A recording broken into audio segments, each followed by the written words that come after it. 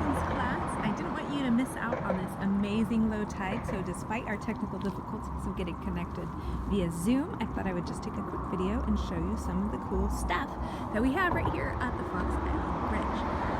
So you can access this from either direction. I recommend that you wear closed-toed shoes and long pants so that you don't get scratched on all of these barnacles, because the going is a little bit tricky as you walk along. But we're right here at about a 0 foot tide or thereabouts, and there's all kinds of cool stuff. We're starting to see the brown algae, the kelps. There are some sea stars tucked in here. There's even some bright orange cucumbers. Those are sea star relatives that eat with these feathery tentacles. This one has them pulled in right now because the tide is going out and they don't want to be left vulnerable, so they'll pull those tentacles in. Here's kind of another one right down here below me. But there is lots and lots of life here. I'm noticing a handful of these big kelp crabs. Sorry, the waves make it a little bit hard to see, but there are plenty of those animals here. And we're going to just explore this rocky habitat. But if you come with your families, you can explore over there. It's a little bit muddier and sandier there. So I'm just going to kind of walk along and see what we can see. Oh, I don't even have to go very far. I missed this guy the first time. We have this really pretty chitin here. This is a snail-like animal that has 8 plates on its back. And if we compare that to this animal right here, this is a snail called a Winkle Snail. And here's another snail up in here. This is a frill or a leafy hornmouth, that's called. Here's another dogwinkle as well. And those animals all have a sticky foot that they're going to use to attach with. Here's a leafy hornmouth that I can show you pretty easily. I'm going to just gently pull this animal up. We want to make sure that we're super gentle with these creatures. And here you can see that's the slimy foot right there in the center. That's what this animal uses to attach with. They have mucus, kind of this cool slime coating, and then this piece right back here is called the operculum. It's their trap door. It's going to seal them inside and protect the snail from anybody who wants to eat it. And this snail has a really distinctive shell pattern on them, and they're a pretty heavy snail. So we'll put it right back where we found it. This is the time of year where we'll see leafy hornmouths laying their eggs. So we'll see if we can find some of those eggs for you to look at. Some other animals that are found here in the intertidal zone, we've got these beautiful sea stars here.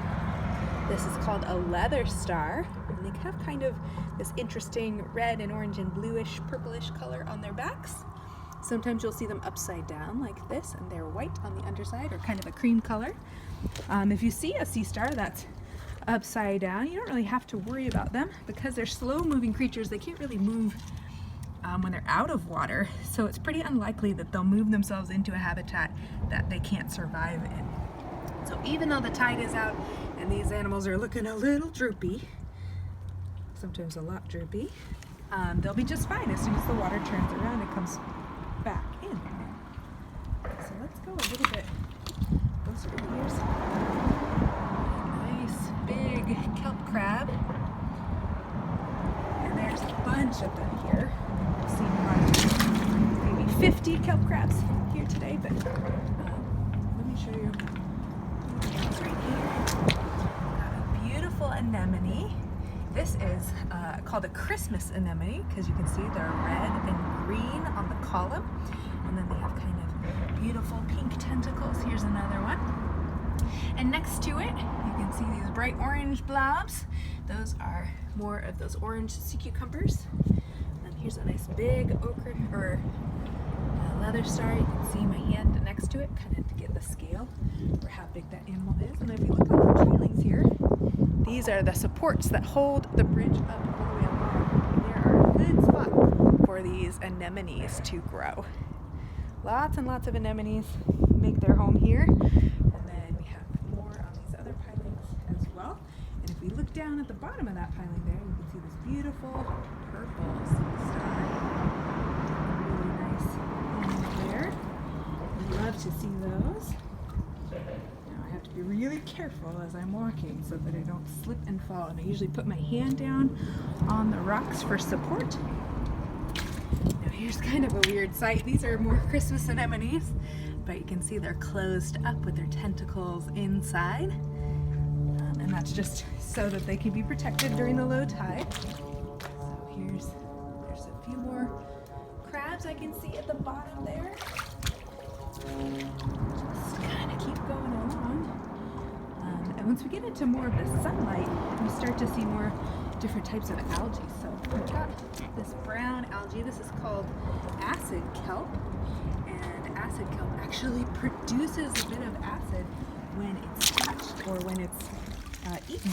So it's not a good one for us to eat, but the other animals here avoid it as well. Here's another orange sea cucumber. You can see there's a bunch more here, and these ones are closing up. Here's another little snail. This is called a jeweled top snail, and it has this fantastically spiraled shell. Isn't that beautiful? Love that. We'll put it right back. All the animals that I'm seeing here today are not harmful to me. I don't have to worry about getting hurt, with the exception of the big kelp crabs and of course the barnacles. These barnacles, they don't look like much, but they are very, very sharp and can cut you very easily. So I recommend that you go really, really slow when you're walking on the beach. And then these kelp crabs, they have quite large pinchers that can easily pinch a person, so I don't recommend handling them either. Let's go up a little ways. Oh, here's a cool chitin. So it's a snail-like animal that has plates, 8 plates on its back. Oh, and check it out, here's a really cool find. These, they don't look like much.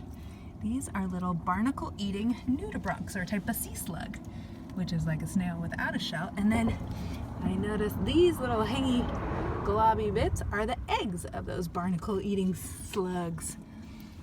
So that's a good find.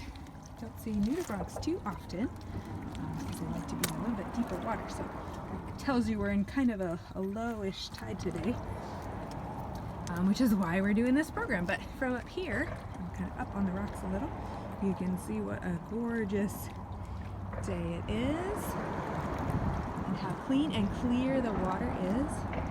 It's not always this clear. Sometimes we get a lot of sediment in the water and that kind of clouds things up. Sometimes we get a lot of plankton in the water. So right now we don't have too much plankton because we're just now getting into the longer day length that comes with springtime. But pretty soon we'll have more day than night, and that algae will really, really bloom and turn the whole of the Puget Sound and Salish Sea into like a pea soup color. Makes it really, really hard to see. So these spring beach walks are some of my favorites. So I'm going to wrap it up here because I need to figure out how to get down from this high rock without hurting myself. But I will send you guys this little video tour of the Intertidal Zone, and hopefully we can do it again soon. Take care, everyone.